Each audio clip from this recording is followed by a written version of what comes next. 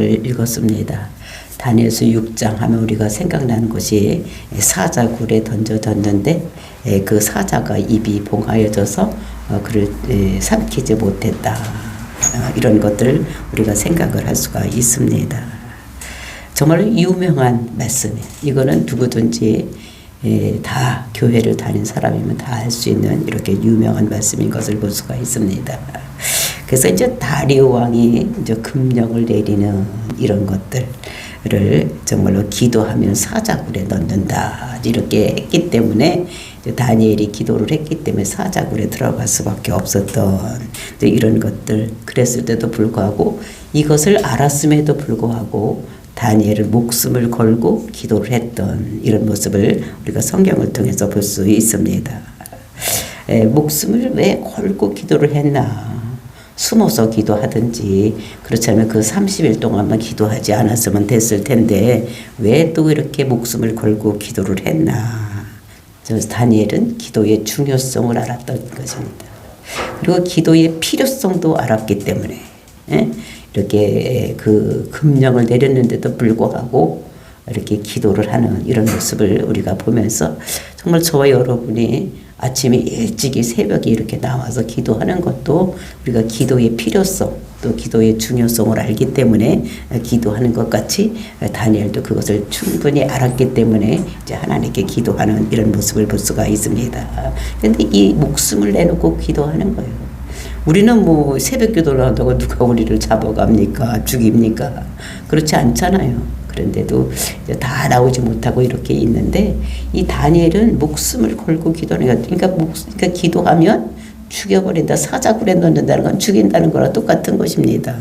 근데도 불구하고 목숨을 걸고 이렇게 기도하는 이런 모습을 볼 수가 있습니다. 그래서 이것은 다니엘이 정말로 기도가 얼마나 중요한 건지 하나님과 소통하는 길인지를 알았기 때문에 이렇게 기도하는 것을 볼 수가 있고 또 이것은 전체적인 흐름에서 볼 때에는 정말로 하나님께서는 그 살아계신 하나님이시다. 그래서 하나님께서는 구원하고자 하는 자는 반드시 구원시킨다는 것을 우리들에게 말씀을 하고 있는 것입니다. 그래서 이것을 보면 그 다리오 왕이 아무리 구하려고 해도 구하지 못했던 이런 것을 하나님께서는 사자굴에서도 사자의 입을 막고 구원해내는 이런 하나님인 것을 우리들에게 말씀을 하고 있는 것입니다. 그래서 이제 이 다리오 왕도 그것을 깨닫고 다니엘에게 뭐라고 얘기합니까? 다니엘아, 네가 섬기는 하나님께서 반드시 사자의 굴에서도 너를 입에서도 너를 구원할 것이다. 이렇게 하는 말을 이렇게 보면서 이렇게 함으로 인해서 그 왕에게도 그 하나님이 살아서 계심을 나타내고 또 많은 사람들에게도 하나님이 살아서 역사하심을 그리고 후대에 오늘 우리들에게도 하나님께서 살아서 역사하셔서 하나님께서 구원할 자는 반드시 구원해 내신다는 것을 우리들에게 말씀으로 주시고 계시는 것입니다. 그래서 정말로 이것을 보면서 우리는 하나님 외에 다른 것을 두려워할 것이 아니라 하나님만 두려워하고 또 하나님만 섬기는 저와 여러분이 되어야 될 것을 우리들에게 오늘도 말씀하고 있는 것입니다. 그래서 우리가 개인적으로나 또는 나라적으로나 또는 교회적으로 모든 위협이나 모든 문제가 있을 때에 우리는 하나님께 기도해서 모든 것을 이루시는 하나님, 모든 것을 통치하시는 하나님께서 모든 것을 이루어나가는 이런 것이 되어야 되겠다. 그래서 여러분들이 가지고 있는 오늘에 당하고 있는 문제나 또는 환경에 문제가 있으면 하나님께 기도해서 오늘도 응답받는 저와 여러분이 되시기를 예수님의 이름으로 축원을 드립니다. 1절 말씀 보시겠습니다. 다리오가 자기 뜻대로 고관 120명을 세워 전국을 통치하게 하고 그리고 2절에 또 그들 위에 총리를 셋을 두었으니 다니엘이 그 중에 하나이라. 이는 고관들로 총리에게 자기의 직무를 보게 하고 하여 왕에게 손해가 없게 하려 함이었더라. 이제 다리오가 자기의 뜻대로 고관 120명을 세웠다. 이렇게 얘기를 하고 있습니다. 그러니까 옛날 성경에 보면 자기의 원대로 이렇게 얘기를 했어요. 그러니까 자기가 생각하는 대로 이제 120명의 그런 모든 것을 120명의 그러니까 고관들 그러니까를 세우기로 이렇게 해서 전국을 통치하기로 했다 얘기를 하고 있습니다. 우리가 5장에서 벨사살 왕이 이제 죽고 그리고 이제 메대와 파사의 나라가 세워지는 이런 것들을 볼 수가 있었습니다. 그래서 이제 메대와 파사가 이제 두 나라입니다. 메대 나라, 파사 나라가 이제 연합군이 되어서 이제 이게 바벨론 제국을 무너뜨린 것입니다. 이제 이렇게 했을 때 이제 메대 파사 나라 이렇게 할 수는 없잖아요. 두 나라니까. 그러니까 이제 그때에 이제 메대 나라와 파사 나라는 어떤 관계에서는가 하면 메대의 다리오와 그리고 파사의 고레스는 그러니까 그 다리오가 고레스의 외삼촌이면서 장인이고 그리고 이제 그 고레스는 외조카죠. 외조카이면서 그 사위인 이런 관계가 있는데 첫 번째 이제 메대 왕이 그 파사 왕에게 우리 연합해서 가서 쳐들어가자 이렇게 했었습니다. 그런데 전쟁을 하다 보니까 고레스가 훨씬 더 능력이 많은 거예요. 젊은이로. 이제 이렇게 했을 때 이제 실세가 누가 되는가 하면 이제 고레스 왕이 실세가 되는 것입니다. 그런데 이제 그리고 이제 바벨론을 쳤는데 자기가 고레스가 생각해 볼 때 자기가 왕이 되는 것은 그 62세나 된 그 고레스에게 또는 외삼촌에게 조금 자기 조카가 먼저 그 왕이 되는 것이 이제 이렇게 다른 사람 보기에도 별로 좋지 않으니까 자기는 조금 더 다른 나라를 쳐들어가서 더 나라를 늙히고 한 2, 3년 후에 되면은 자기가 자연스럽게 나라를 받는 것이 좋지 않을까 이렇게 생각을 해서 이제 메대 왕 고레스를 그 다리오를 왕으로 먼저 추대를 하고 이제 자기는 이제 전쟁에 나가서 이제 전쟁을 하고 있을 때 이제 이런 때 이야기인 것을 우리가 성경을 보면서 생각을 해야지 되는 것입니다. 이제 그런 시점에서 이제 그 고레스가 나라를 다스리고 있을 때에 자기가 이제 내가 왕이 되면 이렇게 나라를 다스려야 되겠다 이제 이런 생각을 했던 것 같습니다. 그 원래 제국이니까 그러니까 그때 영토가 바벨론이 제국이 있을 때보다 메대와 파사가 이루어진 그 나라가 제국이 얼마나 더 큰데 한 2배 정도가 더 컸습니다. 그러니까 엄청나게 큰 나라가 있었으니까 이 나라를 혼자 다스리기는 그렇게 하니까 각 그 나라를 전 제국을 120개의 도로 나눠서 거기다 이제 나라의 왕들 그러니까 오늘로 얘기하면 이제 도지사 같은 이제 120도로 나눴으니까 도지사 제일 우두머리를 둬가지고 이렇게 나라를 다스려야 되겠다. 그래서 세금의 문제든지 뭐 그 종교의 문제든지 뭐 이런 모든 문제를 이제 그 사람들에게 위임을 하고 그리고 이제 120도 위에 그러니까 세 사람의 총리를 두어서 그거를 총리가 약 한 40도의 한 명의 총리를 두어서 그 사람들을 잘 관리하게 하고 그리고 세 사람의 총리를 이제 왕인 자기가 관리를 하면 나라가 잘 다스려지겠다 이렇게 생각을 하고 총리 3명을 두기로 한 이런 것인 것을 볼 수가 있는 것입니다. 그래서 이제 이렇게 했을 때에 그 세금도 받아들이고 그다음에 이제 잘못했는지 잘했는지 감사도 하고 또 이런 모든 것을 왕에게 보고하고 이제 이런 것들을 다 하면 훨씬 더 쉽게 될 것이라고 생각을 하고 이제 이렇게 생각을 해서 이제 다니엘을 그 세 총리 중에 한 사람으로 이게 세워준 것입니다. 그러니까 총리가 3명인 거죠.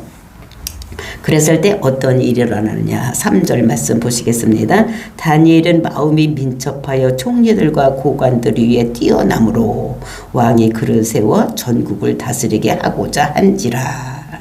즉 그 총리 3명 중에 다니엘이 있는데 그 다니엘이 어떠냐 마음이 민첩하였다 이렇게 얘기를 하고 있습니다.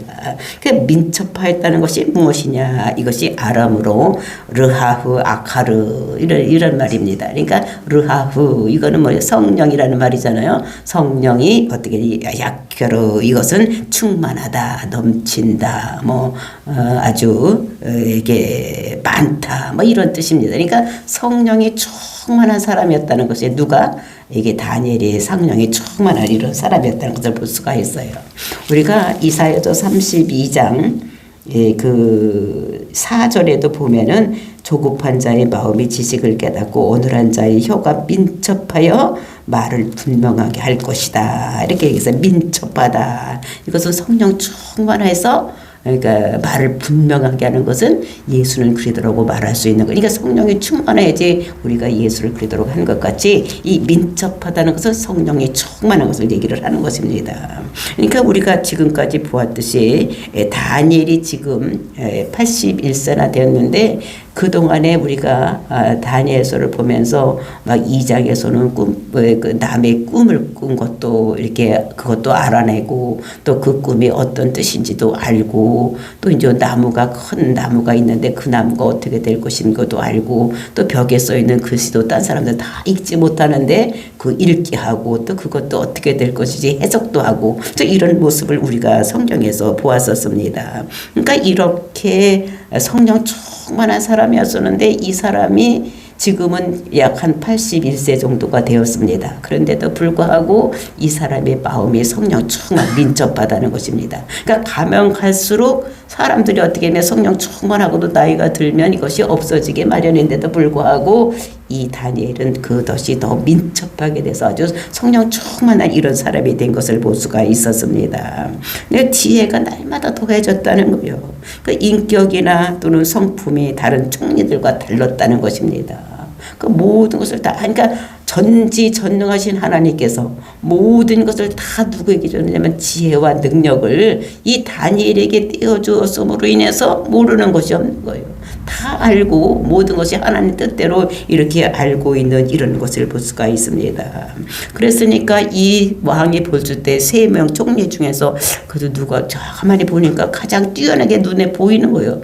그러니까 이 사람을 그 총리 중에서 으뜸으로 삼아야 되겠다 이런 생각을 했겠죠. 그러니까 또 이제 이렇게 자꾸 사랑하는 말도 하고 눈빛이 그 사람대로 가고 막 이렇게 하니까 그 3명 중에서 다른 사람들이 좀 시기를 하고 이런 일이 생기는 것입니다.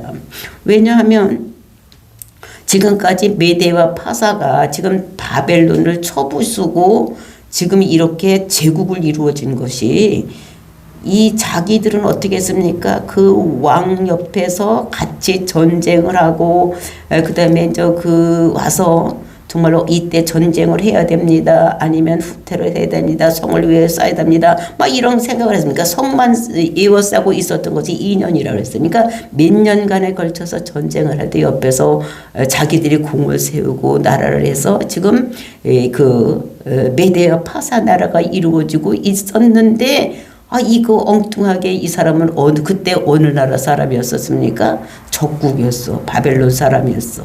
바벨론에서도 그냥 평민이 아니라 2인자의 역할하고 있던 이 사람을 그 우두머리 총리로 세운다고 생각을 해보니까 지금까지 자기들은 왕 옆에서 왕을 도와서 지금 이 메대와 파사가 이루어지기까지 공을 들인 사람인데 열심히 노력을 한 사람인데 자기들은 뒷전으로 물러나고 다니엘이 앞자리를 선다고 생각을 하니까 우리나라 속담에도 죽 써서 개 준다고 여태까지 자기들이 공을 들이고 여기까지 그 임금을 도와서 했는데 자기들은 뒤로 물린다고 생각을 하니까 이것이 어떻게 됩니까?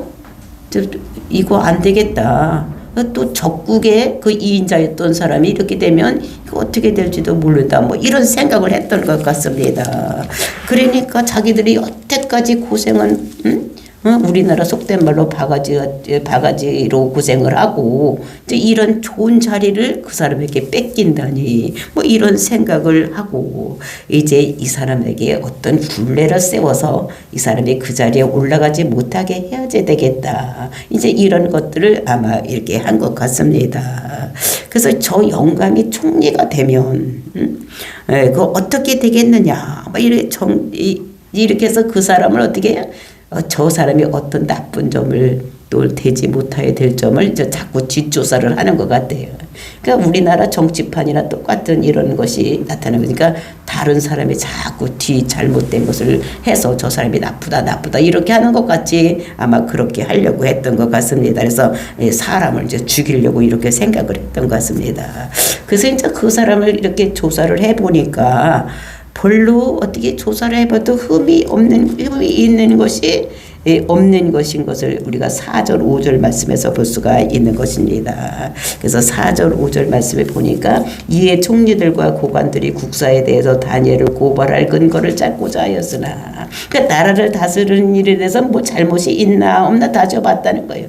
그래서 그 잘못이 있으면 저 사람 잘못했기 때문에 안 된다고 하려고 이제 그 국사에 대해서 나라 일을 다스리는데 뇌물을 받았는지 알아보고 또 누구 어떤 사람에게 더 이권이 되게 뭐를 이게 도와줬나 이런 것도 봐도 그런 것도 없고 뇌물을 받은 것도 없고 뭐 딴 잘못한 것이 없었다라는 것입니다. 또 여자 문제가 있나 하고 봐도 여자 문제도 없고 또 그 부인이 뭘 잘못했나 해봐서 그것도 없고 막 이랬던 것 같습니다. 그래서 아무 근거 아무 허물도 찾지 못하였으니 이는 그가 충성되어 아무 그릇됨도 없고 아무 허물도 없었음이라. 그러니까 찾을래 찾을 수 그러니까 잘못된 것을 찾을래 찾을 수가 없는 것이 다니엘이었다는 것입니다. 그러니까 인격적으로나 모든 것들이 아주 사람들이 흠잡을 데 없는 이런 사람이었던 것을 볼 수가 있습니다. 그랬을 때 5절 그들이 이르되 이 다니엘은 하나님이 율법에서 근거를 찾지 못하면 그를 고발할 수가 없으리라 하고 그러니까 정치적인 문제 나라를 다스리고 그 사람의 인격이나 그 사람의 나라를 다스리는 이런 것에서는 죄와 허물을 이런 거를 찾을 수가 없는 그것 때문에 없는 것입니다. 아무리 찾아봐도 찾을 수가 없는 거예요. 그러니까 이 사람에게서 허물을 찾는다면은 종교적인 문제를 찾아봐야 되겠다라고 생각을 하는 것입니다. 그러니까 그때는 어떻게 모든 사람들이 다 신이 있는 거예요. 그리고 이제 바벨론에도 신이 있었고 또 바벨론에 흡수된 메데아 파사 나라에 있었던 신들도 많이 있는 것입니다. 그래서 이제 그 신들을 섬기게 이렇게 되어 있는데 이 사람이 수상하게 근마다가 어디를 가고 없어지는 거예요. 어디 가나 봤더니 집에 가서 예루살렘을 향해서 창문을 열고 기도를 하는 거예요. 하루에 3번씩 유대인들은 기도를 하지 않습니까? 그러니까 이렇게 하니까 이것을 올무로 잡아야 되겠다 이런 생각을 한 것이 같습니다. 그러니까 율법에서 근거를 찾지 못하면 그를 고발할 수가 없겠다 이렇게 생각을 해요. 그래서 이것을 이제 고발하려고 생각하고 어떻게 하느냐 그러면서 이제 그 전략을 왕에게 고발하는 것이 6절 7절 말씀입니다. 이에 총리들과 고관들이 모여 왕에게 나아가서 그래서 총리들과 고관들이라는 게 총리 그러니까 이 다니엘 말고 2명의 총리하고 그다음에 고관들이라는 것은 그 나라를 120도로 나눴으니까 120도에 있는 그 왕들 그러니까 도지사들 도에 있는 제일 높은 사람들 이런 사람들이 모여서 왕에게 나아가서 그에게 말하되 다리오 왕이여 만수무강하옵소서 이제 먼저 인사를 다니엘에게 하는 것입니다. 그 다리오 왕에게 만수무강하옵소서 이제 이렇게 하고 실제 뭐라고 말하느냐 7절 나라의 모든 총리와 지사와 총독과 법관과 관원들이 의논하고 지금 이제 2명의 총리들이 의논을 하고 그 다음에 도에 있는 도지사들 말하면 그 도를 나누고 120도로 나누는데 그 모든 도에 있는 사람들과 지사와 총독과 법관과 관원과 의논하고 그러니까 모든 고급 공무원들과 의논을 했다는 것입니다. 상의를 했다는 것입니다. 그러면서 왕에게 한 법률을 세워서 한 금령을 정하실 것을 구하나이다. 우리가 이렇게 모여서 온 것은 다른 것이 아니라 하나의 금할 것이 있어서 이렇게 그것을 왕에게 의뢰하러 왔습니다 라고 얘기를 하는 것입니다. 그것은 곧 이제부터 30일 동안 누구든지 왕위의 어떤 신에게나 사람에게 무엇을 구하면 사자굴에 던져 넣기로 한 것이나이다. 그러니까 지금부터 뭐냐면 30일 동안 무엇이든지 왕에게 구하지 아니하고 다른 신에게나 다른 사람에게 구하면 사자굴에 넣기로 했습니다 라고 하는 것입니다. 이것이 왜 이것이 가능한가 하면 이제 그 신상에서 보았듯이 제일 먼저 이제 금머리, 그다음에 이제 은가슴, 이제 메대와 파사, 그리고 이제 놋, 그다음에 철, 그다음에 이런 나라들이 세워진다고 얘기를 하는데 지금 메대와 파사가 세워졌는데 이제 이것이 어떻게 됩니까? 근데 금머리, 이것은 그 바벨론이 금머리인데 그러니까 메대와 파사가 머리보다는 2배로 넘지만 이 그 다니엘이 그 금머리라고 이렇게 하나님께서 그렇게 한 것은 그 느부갓네살 왕에게 아주 특별한 권한을 준 것입니다. 그러니까 특별한 왕권을 준 거예요. 그래서 그 나라를 다스릴 때에 정말로 그 위엄을 줘서, 왕의 위엄을 줘서 왕이 누구를 죽이든지 살리든지 그 다음에 누구를 세우든지 하든지 누가 찍소리도 못하고 느부갓네살이 그 바벨론 제국을 이렇게 제국을 어떻게 됩니까? 다스렸습니다. 그러니까 어느 누구도 그 왕 앞에는 뭐 이유를 달 사람이 없을 정도로 그렇게 나라를 다스려. 그리고 그 느부갓네살 왕이 한 40, 그러니까 바벨론이 한 70년간 있을 동안에 그 동안에 약 한 45, 6년간을 느부갓네살이 왕이 다스렸어. 그러니까 그렇게 아주 많은 것을 영향력을 미치고 살았을 때도 그 사람들이 아무 반항을 하지 못하고 살았던 이런데 그때 이제 메대와 파사가 이제 나라를 다스리고 있으니까 이제 그 고레스 왕이 그 다리오 왕이 이제 느부갓네살 전 왕에 대해서 생각을 해봤을 때 그 다른 나라 그 사람들이 이렇게 생각을 해봤을 때 느부갓네살 왕을 그리워하고 그 왕에 대해서 엄청나게 찍소리 못하고 살았던 이런 왕에 대해서 이제 이런 생각이 있는 것입니다. 그렇죠? 이제 우리가 그 전에 학교에 있을 때도 보면 이제 교장 선생님이 바뀌어. 이제 이러면 어떻게 됩니까? 그전 교장은 이랬는데 신임 교장은 이렇구나 이렇게 하고 옛날을 그리워하게 돼 있어요. 그래서 우리가 저 학교에서 얘기를 하기를 고관이 명관이다 이제 얘기를 하는 거니까 지나간 사람이 더 좋다, 뭐 새로 좋은 그때 있을 때는 그 교장 선생님이 나쁘고 뭐 힘들고 어렵고 막 그래서 막 뒤에서 흉을 보다가 딴 저 교장 선생님이 와서 보면 저희는 좀 괜찮겠지 하고 보면. 우리는 어떻게 돼? 이제 그 먼저 그 분에게 익숙해져 있는 거예요. 그러니까 그분의 좋은 거를 자꾸 생각하면서 생각하기를 고관이 명관이다 이렇게 얘기하는 것 같지. 이 지금 바벨론하고 지금 신흥제국인 그 메대와 파사가 일어났을 때 그 다리오 왕하고 느부갓네살 왕하고 어떻게 됩니까? 지금 바로 정권이 바뀌어서 나라가 바뀐 것이니까 어떻게 됩니까? 옛날을 자꾸 생각해서 느부갓네살 특별히 그 왕은 45년간을 다스렸기 때문에 그 제국의 사람들이 그에 다 어떻게 물들어 있는 거예요. 그리고 그를 그리워하고 막 이렇게 하고 엄청나게 큰 권력 위엄을 하나님께서 주셨다고 다니엘도 그에게 그 느부갓네살에게 말했던 것을 볼 수가 있어요. 그렇기 때문에 그 권력이 있었는데 자기도 그것을 어떻게 찾아야 그렇게 해야지 되겠다고 생각을 하고 120도로 나누어 놓고 그들을 잘 다스리고 하려고 했는데 그것이 잘 안 되는 것 같은 이런 느낌이 있을 때에 이 사람들이 와서 그렇게 얘기를 하니까 다른 신을 섬기든지 다른 사람에게 뭐를 가서 물어보지 말고 뭐든지 다 당신에게 물어봐야 될 텐데 하여튼 다른 신에 물어보든지 다른 사람에게 물어보는 사람들 다 사자굴에 갖다 넣자. 이제 이렇게 얘기를 하니까 이 다리오 왕이 들을 때는 어떻게 됩니까? 나를 최고로 생각하게 하려고 나를 이렇게 생각하게 해서 이런 거를 만들었구나. 이제 이렇게 생각을 하기 위해서 이 사람들이 머리를 써가지고 그 120도에 되는 도지사들, 그 다음에 총리 2사람, 그 다음에 이제 각 거기에 있는 고급 공무원들이 다 이렇게 당신을 최고라고 받들기 위해서 이런 법을 정해 왔습니다. 라고 다리오에게 가서 얘기를 하니까 다리오가 어떻게 생각을 하겠습니까? 그거에다가 아니라고 할 수가 없는 거예요. 왜냐면 그 당시에는 신들이 많이 있었어. 그러니까 그 바벨론 신들도 여러 가지가 있는데 또 그거보다도 메데아 파사 그 다른 나라에서 섬기고 있던 선신들이 있어서 다른 신들에게서 물어보고 다른 사람에게 물어보고 막 이렇게 해야 되는 이런 때에 그런 것도 다 하지 말고 당신에게만 물어볼 수 있는 이런 거 이렇게 하니까 자기가 그거를 반대를 할 수가 없게 이 사람들이 그렇게 한 것을 볼 수가 있습니다. 그렇게 해서 8절 9절 말씀 보시겠습니다. 그런즉 왕이 원하건대 금령을 세우시고 이렇게 당신을 최고라고 세기 위해서 지금 법령을 하나 만들어놨으니까 이제 이렇게 하는 것을 금령을 세우라는 거예요. 그 조서에 왕의 도장을 찍어 그러니까 법을 만들어서 이렇게 가져왔으니까 여기에다 당신은 도장만 찍으면 됩니다. 이렇게 얘기를 하는 것입니다. 찍어 메대와 바사에 고치지 아니하는 규례를 따라. 그러니까 그 고대 법은 어떻게 됐습니까?